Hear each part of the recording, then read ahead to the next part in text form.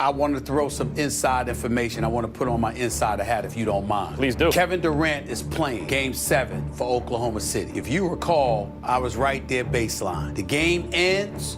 Russell Westbrook storms off the court. Kevin Durant stays on hugging everybody else. And what does he say on the court at the time? I'll see you soon. A month later, he's in a Golden State Warriors uniform. So I know this video is going to get a lot of hate, and I know a lot of people are going to call me salty. So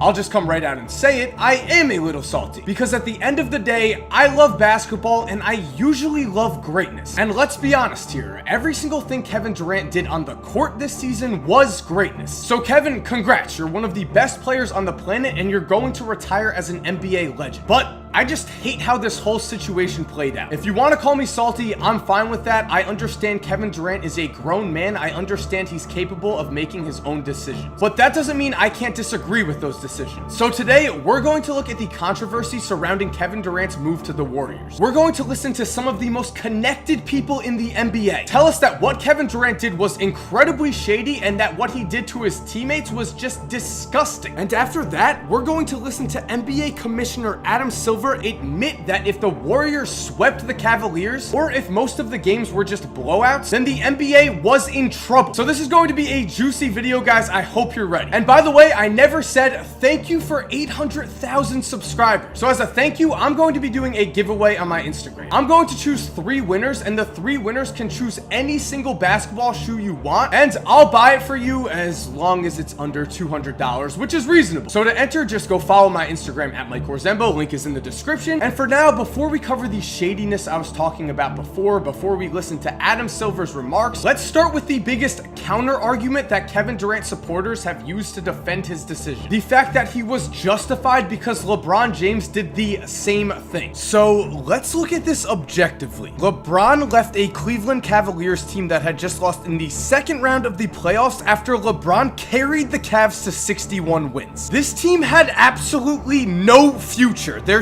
second best player was Mo Williams, and the rest of their starting lineup was made up of a 33-year-old Antoine Jamison, a 34-year-old Anthony Parker, and a 37-year-old Shaq. Meanwhile, Kevin Durant left an Oklahoma City Thunder team that was up 3-1 in the Western Conference Finals before losing to the Golden State Warriors. The Thunder had an in-his-prime Russell Westbrook, who just won the MVP this year, and were a team filled with young talent. They had Serge Ibaka in his prime, a 22-year-old Steven Adams, a 23-year-old Enes Kanter, a 24-year-old Dion Waiters, the list goes on and on here. So already we can see that LeBron was basically forced to leave a horrible situation as the Cavs front office had failed him, while Durant, well, he left a Thunder team that was filled with the potential to be great for the foreseeable future. On top of this, LeBron left for a Miami Heat team that had a single star on its roster, Dwayne Wade. Of course, he was joined by Chris Bosh, but that's the point here. LeBron left to go and build a new championship contender in Miami. On the other hand, Kevin Durant left to join a Golden State team that had just set the NBA record for wins in a season with 73. This team was already in place. They had the MVP in Steph Curry to go along with all-stars Klay Thompson and Draymond Green. So while LeBron had to help build the Heat up, Durant walked into a super team that basically had no chance to fail. And speaking of that super team, we of course know that last summer KD joined the same Golden State team that beat him in the Western Conference Finals after he choked away a 3-1 lead. And sure,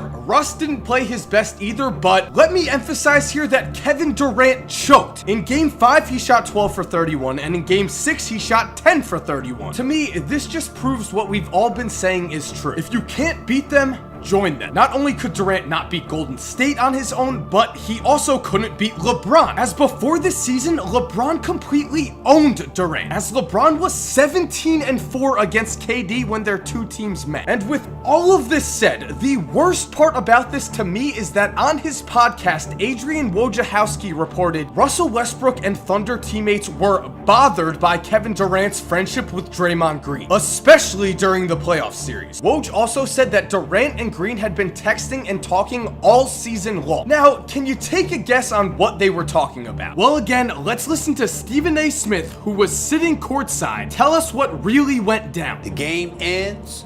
Russell Westbrook storms off the court. Kevin Durant stays on hugging everybody else. And what does he say on the court at the time? I'll see you soon. So yeah, when LeBron walked off the court after Game 6, he was very mad, which was understandable. He was just denied another chance at a championship, which is also why it's weird that Kevin Durant did not look mad at all. Instead, he didn't really seem to care that his team had just lost. He was too busy hugging his future teammates. So if you don't think any of what I just mentioned is shady, if you don't think the Thunder deserve more from their star, well then, I don't know what to tell you. I don't understand how people can say we as fans do not have a right to be mad at Kevin Durant's decision. How do you support a man who did this to his own teammates, especially Russ? I mean, there's a reason why Russ has not been talking to KD since his decision. The two were teammates for 8 years. They rose to NBA stardom together. They battled the Heat in the NBA Finals together. KD called Russ his brother during his MVP speech. I know you guys think I forgot Russ, but I could speak all night about Russell, an emotional guy who will run through a wall for me. I don't take it for granted. I love you, man. I'm the first to have your back through it all. He defended Russ when Mark Cuban said that Russ wasn't a star. Were you aware of Mark Cuban's comments before the game when he said Kevin was the only superstar on this team? He's an idiot. And then, to put it bluntly, Kevin Durant stabbed Russell Westbrook in the back. That's where all these snake memes have come from. While Russ thought him and Kevin were in this together, Durant went behind his back and joined their biggest competitor. And not only that, he did it after texting Draymond and other Warrior players all year behind his teammates' backs. And oh yeah, after he gave up on his team and joined Golden State, KD also proved he was a hypocrite. As just look at this tweet in 2010 where KD blasted LeBron for joining the Heat. And sure, that was years ago, but doesn't that tell us something? In 2010, Kevin Durant truly believed he could build a championship team around himself. In 2016, he decided that was too hard. So he joined a team that would guarantee him a championship. And then, when asked about his thoughts on the fact that the playoffs have been filled with blowouts and were for the most part uncompetitive and boring, Durant said this. Relay that to the fans who feel upset. If you don't like it, don't watch it. If you don't like it, don't watch? I don't think he could have made a more ridiculous statement if he tried. This is one of the stars of the NBA, one of the faces of the NBA, telling us, the fans, that if we don't like blowouts, then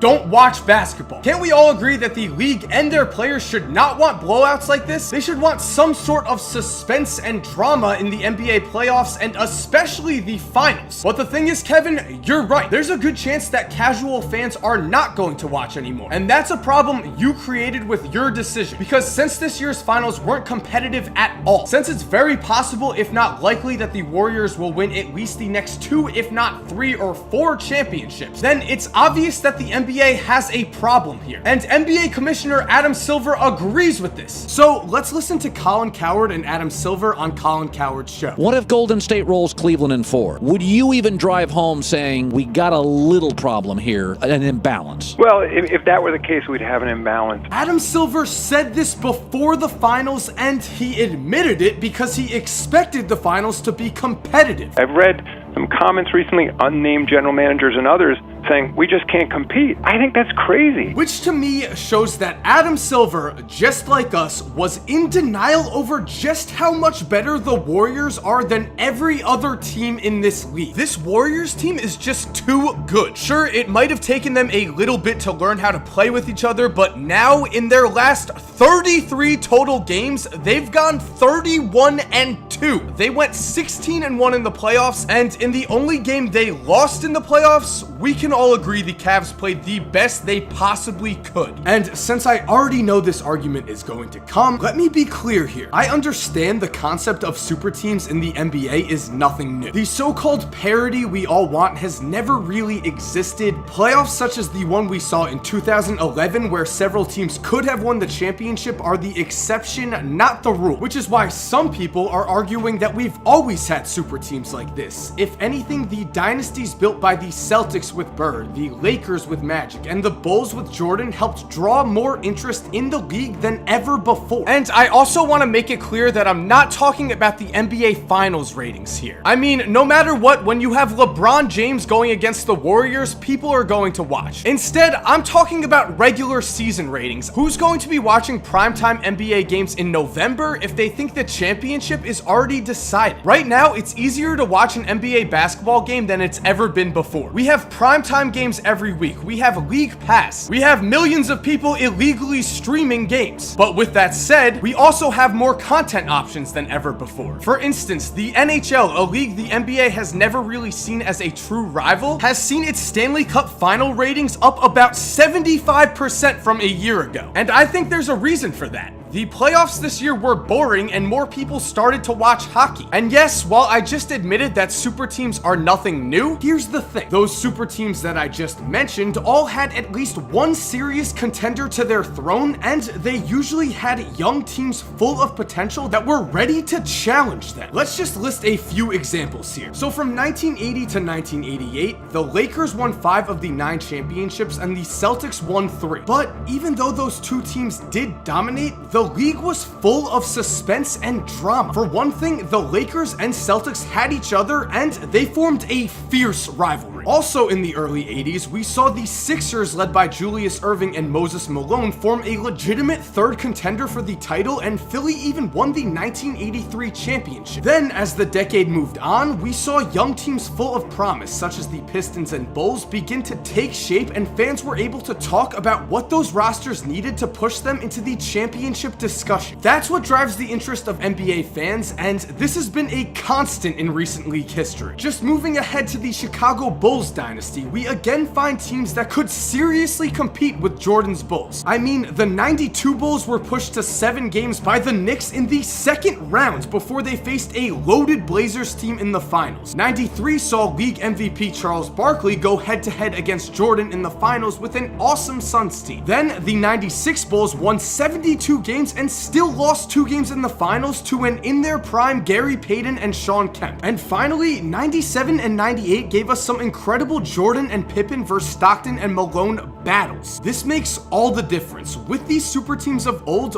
we as fans were able to have fun and exciting arguments over which team was going to win the championship that year and what young teams were going to take the leap and put themselves in a position to challenge them the next year. What's more, because these eras were so competitive, they also gave us iconic moments. We saw Bird's steal and game-winning assist, Magic's skyhook, Jordan's shrug game, and then Jordan's steal and championship-winning shot against the Jazz. But with this new Golden State super team, things are very different. Even the 2001 Lakers, the team that went 15-1 in the playoffs, went just 56-26 in the regular season, then arguably should have lost to the 2002 Kings the next year if it weren't for some questionable officiating. As for where we are right now, well, we just watched as the best player in the world found himself helpless because no one, not even Michael Jordan, could beat a team with such a severe difference in overall team talent. This is a huge